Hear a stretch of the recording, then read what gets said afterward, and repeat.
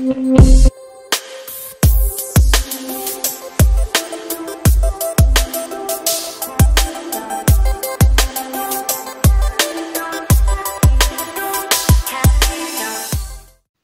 minasan, kembali lagi di Mainichi Nihongo. Nah, pada video kali ini kita akan membahas tentang Minna no Nihongo Daisang Juhachika atau pelajaran ke-38. Nah, sebelum kita mulai pembelajaran kita kali ini, tidak lupa untuk kami ingatkan, dukung kami dengan cara share, like, dan subscribe channel kami Mainichi Nihongo. Nah, untuk pembelajaran ke-38 kali ini ada partikel no sebagai fungsi pembentukan kata benda atau mudahnya membendahkan kata kerja. Nah, membendahkan kata kerja. Nah, kalau misalkan belum bingung ya, minasang masih bingung, kita langsung ke pola yang pertama. Di sini terjadi pembentukan dari kata kerja bentuk kamus no plus wa plus kata sifat des. Nah, kita lihat contohnya. Contoh yang pertama, tenis wa omoshiroides. Tenis wa omoshiroides. Di sini artinya tenis itu menarik. Nah, di sini contoh pertama ini hanya sebagai pembanding saja karena di sini belum ada partikel no-nya karena tenisu itu sudah kata benda. Nah, lanjut ke contoh yang kedua. Tenisu wo suru no wa omoshiroides. Tenisu wo suru no wa omoshiroides. Artinya bermain tenis itu menarik. Nah, di sini untuk contoh yang kedua ini sudah mulai menerapkan tadi kata kerja bentuk kamus plus no plus wa di sini ya. Nah, di sini kalau nomor satu tadi menerangkan tenis itu menarik, jadi dia itu menerangkan secara umum tentang tenis itu. Tetapi untuk contoh yang kedua ini dia secara spesifik mengatakan bahwa bermain tenisnya itu yang menarik. Bermain tenisnya itu yang menarik. Jadi kan ada banyak orang yang misalkan dia itu suka tenis tapi nggak bisa bermain, tapi cuma melihat saja, itu juga menarik. Tapi di sini ini adalah tenis wo suru no wa omoshiroides. Yang dijelaskan atau ditekankan di sini adalah bermain tenisnya. Seperti itu. Lanjut ke contoh yang ketiga adalah tenis wo miru no wa omoshiroides. Tenis wo miru no wa omoshiroides artinya apa? Menonton tenis itu menarik. Jadi di sini yang nomor 3 ini membicarakan tentang menonton tenisnya. Kalau nomor 2 itu bermain tenisnya, mungkin di situ adalah pemainnya ya yang melakukan gitu kan.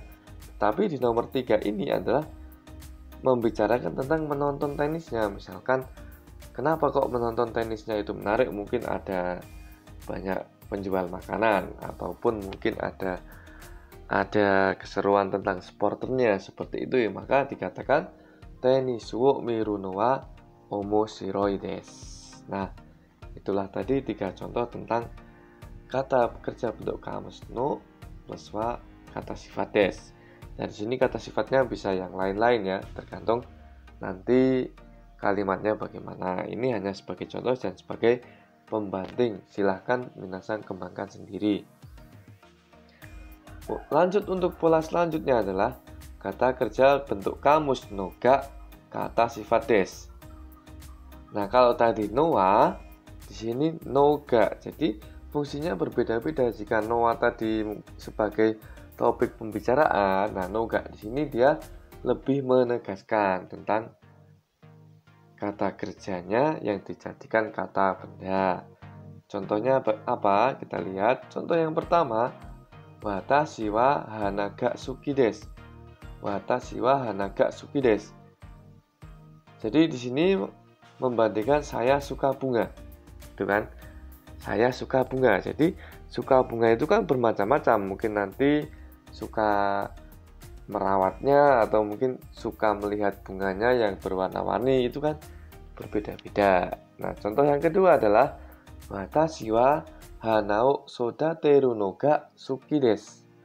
Watashi wa hanao sodateru no ga suki desu. Artinya apa?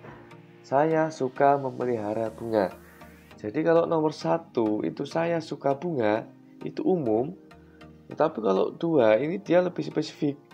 Nah, saya suka sodateru no ga, memelihara bunganya, ya kan? Jadi ada orang yang suka tentang keribetan dia memelihara bunga, misalkan tentang setiap hari harus menyirami, setiap hari harus membersihkan dari rumput, itu menjadi suatu kesukaan. Nah, kalau yang nomor 1 itu tadi dia hanya suka saja, jadi suka secara umum, gitu kan? Nah, lanjut contoh yang ketiga adalah ototo wa hashiru no ga hayai desu. Ototo wa hashiru no ga hayai desu. Nah, di sini menjelaskan bahwa adik laki-laki saya itu larinya cepat. Hashiru no ga hayai desu. Larinya cepat. Nah, ini lanjut untuk pola yang ketiga adalah kata kerja bentuk kamus no wasuremashita atau shiteimashita. Nah, di sini menyatakan lupa melakukan apa atau tahu tentang apa, suatu perbuatan apa, itu ya. Contohnya adalah nomor 1, kagiyo oku no ga wasuremashita. Kagiyo oku no ga wasuremashita. Lupa meletakkan kuncinya. Jadi, misalkan nih, kagiyo wasuremashita. Saya itu lupa kunci. Nah, lupa kunci itu lupa kan? Kita itu tidak ingat dimanapun, gitu kan? Tapi kalau di sini ditegaskan secara spesifik, kagiyo oku no ga wasuremashita. Saya itu lupa meletakkan kuncinya itu di mana. Jadi kalau lupa itu kan lupa membawa bisa, atau lupa menaruh bisa, seperti itu ya. Nah, lanjut untuk contoh yang kedua adalah kuruma no mado shimeru no wasuremashita. Kuruma no mado shimeru no wasuremashita. Nah, di sini kuruma no mado shimeru no wasuremashita. Di sini dia itu menyatakan kalau dia itu lupa, ya, lupa menutup jendela mobil. Jendela ini jendela ya. Dia itu lupa menutup jendela mobil. Nah, dia itu lupa menutup jendela mobil. Nah, ini syarat untuk yang nomor tadi adalah oku no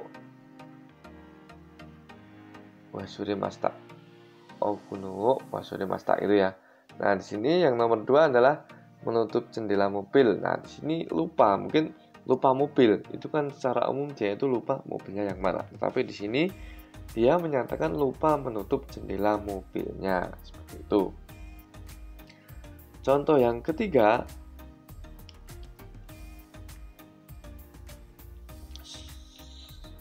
nah ini Suzuki-san ga raisu kekkon suru no shitte imasu ka? Suzuki-san ga raisu kekkon suru no shitte imasu ka? Artinya, apakah kamu tahu saudara Suzuki menikahnya minggu depan? Jadi kekkon suru no yaitu menikahnya. Menikah itu dia dijadikan kata benda, maka menikah minggu depan. Apakah kamu tahu saudara Suzuki menikah minggu depan? Nah, itulah tadi tentang kata kerja bentuk kamus no wasuremashita ataupun shiteimasu. Nah, lanjut ke pola yang keempat. Di sini ada kata kerja, kata sifat i, kata sifat nah, kata benda bentuk biasa menjadi noa kata benda des. Nah, di sini ungkapan untuk menekankan suatu hal. Suatu hal apa? Nah, ini kita lihat dari contohnya. Contoh yang pertama, hajimete atta no wa itsu desu ka? Di sini kan hajimete atta no wa itsu desu ka? Kapan pertama kalinya bertemu? Nah, di sini dia ini ingin menekankan atau menanyakan tentang kapan bertemunya untuk yang pertama kali, itu kan? Nah, contoh yang kedua, Tokyo ni tatemono de ichiban takai no wa Tokyo Skytree desu. Tokyo ni tatemono de ichiban takai no wa Tokyo Skytree desu. Artinya apa? Di Tokyo, di antara bangunan itu yang paling tinggi adalah Tokyo Skytree. Nah, di sini untuk menekankan bahwa bangunan yang paling tinggi adalah Tokyo Skytree. Contoh yang ketiga adalah Suzuki-san ga jouzu na no wa eigo desu. Suzuki-san ga jouzu na no wa eigo desu. Jadi di sini menjelaskan tentang pintarnya Tuan Suzuki adalah bahasa Inggris. Jadi dia itu menekankan tentang kepandaian dari Tuan Suzuki itu sendiri. Nah, itulah tadi pembelajaran tentang bab 38. Nah, jika minasang masih ada yang belum paham ataupun belum mengerti, silahkan tanyakan di kolom komentar. Nah, jika kalian rasa channel ini bermanfaat, silahkan share, like, dan dukung kami dengan cara subscribe channel kami, Mainichi Nihongo. Dan akhir kata, arigatou gozaimasu.